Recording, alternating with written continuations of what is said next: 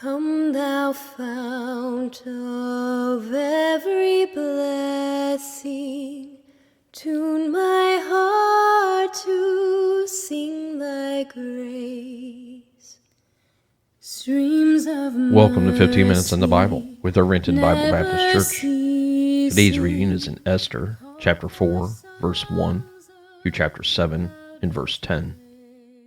1 Corinthians, chapter 12, verses 1 through 26. Psalm, chapter 36, verses 1 through 12. And Proverbs, chapter 21, verses 21 and 22. Esther, chapter 4.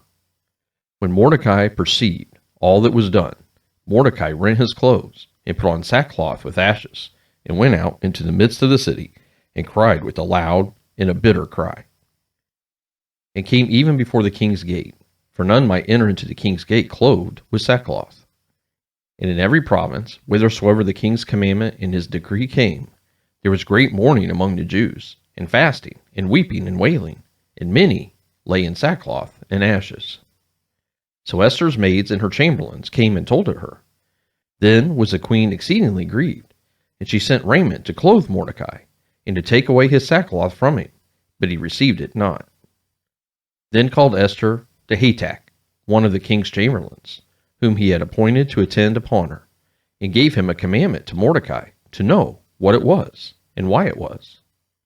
So Hatach went forth to Mordecai unto the street of the city, which is before the king's gate. And Mordecai told him of all that had happened unto him, and of the sum of the money that Haman had promised to pay the king's treasuries for the Jews, to destroy them. Also, he gave him the copy of the writing of the decree that was given at Shushan, to destroy them, to show it unto Esther, and to declare it unto her, and to charge her that she should go in unto the king, to make supplication unto him, and to make request before him for her people.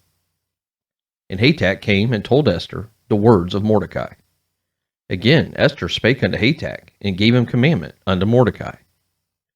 All the king's servants and the people of the king's provinces do know that whosoever, whether man or woman, shall come unto the king into the inner court, who is not called, there is one law of his, to put him to death, except such to whom the king shall hold out the golden scepter, that he may live. But I have not been called to come in unto the king these 30 days. And they told to Mordecai Esther's words. Then Mordecai commanded to answer Esther, Think not with thyself that thou shalt escape in the king's house more than all the Jews. For if thou altogether holdest thy peace at this time, then shall their enlargement and deliverance arise to the Jews from another place. But thou and thy father's house shall be destroyed. And who knoweth whether thou art come to the kingdom for such a time as this? Then Esther bade them return Mordecai this answer. Go, gather together all the Jews that are present in Shushan, and fast ye for me, and neither eat nor drink 3 days, night or day. I also and my maidens will fast likewise, and so will I go in unto the king, which is not according to the law, and if I perish, I perish. So Mordecai went his way, and did according to all that Esther had commanded him. Chapter 5. Now it came to pass on the 3rd day, that Esther put on her royal apparel, and stood in the inner court of the king's house, over against the king's house. And the king sat upon his royal throne, in the royal house, over against the gate of the house. And it was so, when the king saw Esther the queen standing in the court, that she obtained favor in his sight. And the king held out to Esther the golden scepter that was in his hand. So Esther drew near, and touched the top of the scepter. Then said the king unto her, What wilt thou, Queen Esther? And what is thy request? It shall be given thee to the half of the kingdom. And Esther answered, If it seem good unto the king, let the king and Haman come this day unto the banquet that I have prepared for him. Then the king said, Cause Haman to make haste, that he may do as Esther has said. So the king and Haman came to the banquet that Esther had prepared. And the king said unto Esther at the banquet of wine, What is thy petition? And it shall be granted thee. And what is thy request? Even to the half of the kingdom, it shall be performed. Then answered Esther, and said, My petition and my request is, if I have found favor in the sight of the king, and if it please the king to grant my petition, and to perform my request, let the king and Haman come to the banquet that I shall prepare for them, and I will do tomorrow as the king has said. Then went Haman forth that day joyful and with a glad heart. But when Haman saw Mordecai in the king's gate, that he stood not up nor moved for him, he was full of indignation against Mordecai. Nevertheless, Haman refrained himself, and when he came home, he sent and called for his friends and Zeresh his wife. And Haman told them of the glory of his riches, and the multitude of his children, and all the things wherein the king had promoted him, and how he had advanced him above the princes and servants of the king. Haman said moreover, Yea, Esther, the queen, did let no man come in with the king unto the banquet that she had prepared, but myself. And tomorrow I am invited unto her also with the king. Yet all this availeth me nothing, so long as I see Mordecai the Jew sitting at the king's gate. Then said Zeresh his wife, and all his friends unto him, Let a gallows be made of 50 cubits high, and tomorrow speak unto the king that Mordecai may be hanged thereon. Then go thou in merrily with the king unto the banquet. And the thing pleased Haman, and he caused the gallows to be made. Chapter 6. On that night could not the king sleep, and he commanded to bring the book of records of the chronicles, and they were read before the king. And it was found written that Mordecai had told of Bigthana and Teresh, two of the king's chamberlains, the keepers of the door, who sought to lay hand on the king Ahasuerus. And the king said, What honor and dignity had been done to Mordecai for this? Then said the king's servants that ministered unto him, There is nothing done for him. And the king said, Who's in the court? Now Haman was come into the outward court of the king's house to speak unto the king to hang Mordecai on the gallows that he had prepared for him. And the king's servant said unto him, Behold, Haman standeth in the court. And the king said, Let him come in. So Haman came in. And the king said unto him, What shall be done unto the man whom the king delighteth to honor? Now Haman thought in his heart, To whom would the king delight to honor more than to myself? And Haman answered the king, For the man whom the king delighteth to honor, let the royal apparel be brought, which the king useth to wear, and the horse that the king rideth upon, and the crown royal which is set upon his head. And let this apparel and horse be delivered to the hand of one of the king's most noble princes, that they may array the man withal, whom the king delighteth to honor, and bring him on horseback through the street of the city, and proclaim before him, Thus shall it be done to the man whom the king delighteth to honor. Then the king said to Haman, Make haste, and take the apparel and the horse, as thou hast said, and do even so to Mordecai the Jew, that sitteth at the king's gate. Let nothing fail of all that thou hast spoken. Then took Haman the apparel and the horse, and arrayed Mordecai, and brought him on horseback through the street of the city, and proclaimed before him, Thus shall it be done unto the man whom the king delighteth to honor. And Mordecai came again to the king's gate, but Haman hasted to his house, mourning, and having his head covered. And Haman told Zeresh his wife and all his friends everything that had befallen him. Then said his wise men and Zeresh his wife unto him, If Mordecai be of the seed of the Jews, before whom thou hast begun to fall, thou shalt not prevail against him, but shalt surely fall before him. And while they were yet talking with him, came the king's chamberlains, and hasted to bring Haman unto the banquet that Esther had prepared. Chapter 7. So the king and Haman came to the banquet with Esther the queen. And the king said unto Esther, On the second day at the banquet of wine, What is thy petition, Queen Esther? And it shall be granted thee. And what is thy request? And it shall be performed, even to the half of the kingdom. Then Esther the queen answered and said, If I have found favor in thy sight, O king, and if it please the king, let my life be given me at my petition, and my people at my request. For we are sold, I and my people, to be destroyed, to be slain, and to perish.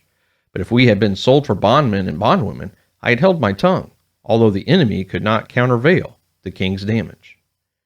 Then the king Ahasuerus answered and said unto Esther the queen, Who is he, and where is he, that durst presume in his heart to do so? And Esther said, The adversary and enemy is this wicked Haman. Then Haman was afraid before the king and the queen. And the king, arising from the banquet of wine in his wrath, went into the palace garden. And Haman stood up to make request for his life to Esther the queen, for he saw that there was evil determined against him by the king. Then the king returned out of the palace garden into the place of the banquet of wine, and Haman was fallen upon the bed whereon Esther was. Then said the king, Will he force the queen also before me in the house? As a word went out of the king's mouth, they covered Haman's face. And Harbona, one of the chamberlains, said before the king, Behold also the gallows 50 cubits high, which Haman had made for Mordecai, who had spoken good for the king, standeth in the house of Haman. Then the king said, Hang him thereon. So they hanged Haman on the gallows that he had prepared for Mordecai. Then was the king's wrath pacified. 1 Corinthians chapter 12. Now concerning spiritual gifts, brethren, I would not have you ignorant. Ye know that ye were Gentiles, carried away unto these dumb idols, even as you were led. Wherefore I give you to understand that no man speaking by the Spirit of God calleth Jesus accursed, and that no man can say that Jesus is the Lord, but by the Holy Ghost. Now there are diversities of gifts, but the same Spirit. And there are differences of administrations, but the same Lord. And there are diversities of operations, but it is the same God, which worketh all in all. But the manifestation of the Spirit is given to every man to profit withal. For to one is given by the Spirit the word of wisdom, to another the word of knowledge by the same Spirit, to another faith by the same Spirit, to another the gifts of healing by the same Spirit, to another the working of miracles, to another prophecy, to another discerning of spirits, to another divers kinds of tongues, to another the interpretation of tongues. But all these worketh that one in the selfsame Spirit, dividing to every man severally, as he will. For as the body is one, and hath many members, and all the members of that one body, being many, are one body, so also is Christ.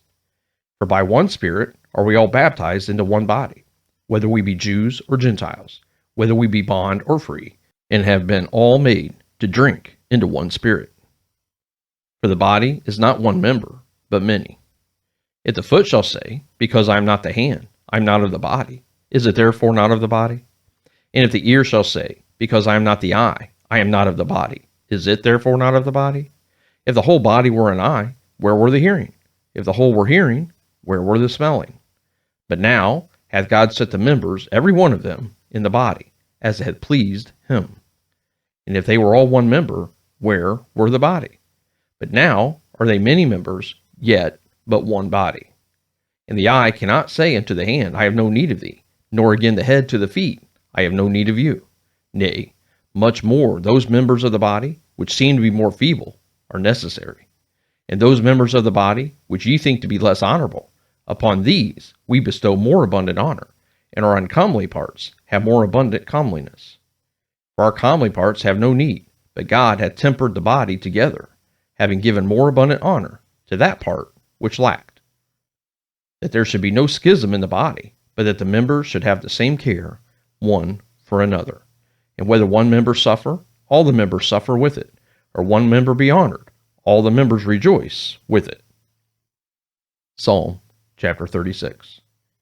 The transgression of the wicked saith within my heart, that there is no fear of God before his eyes. For he flattereth himself in his own eyes, until his iniquity be found to be hateful. The words of his mouth are iniquity and deceit. He hath left off to be wise, and to do good.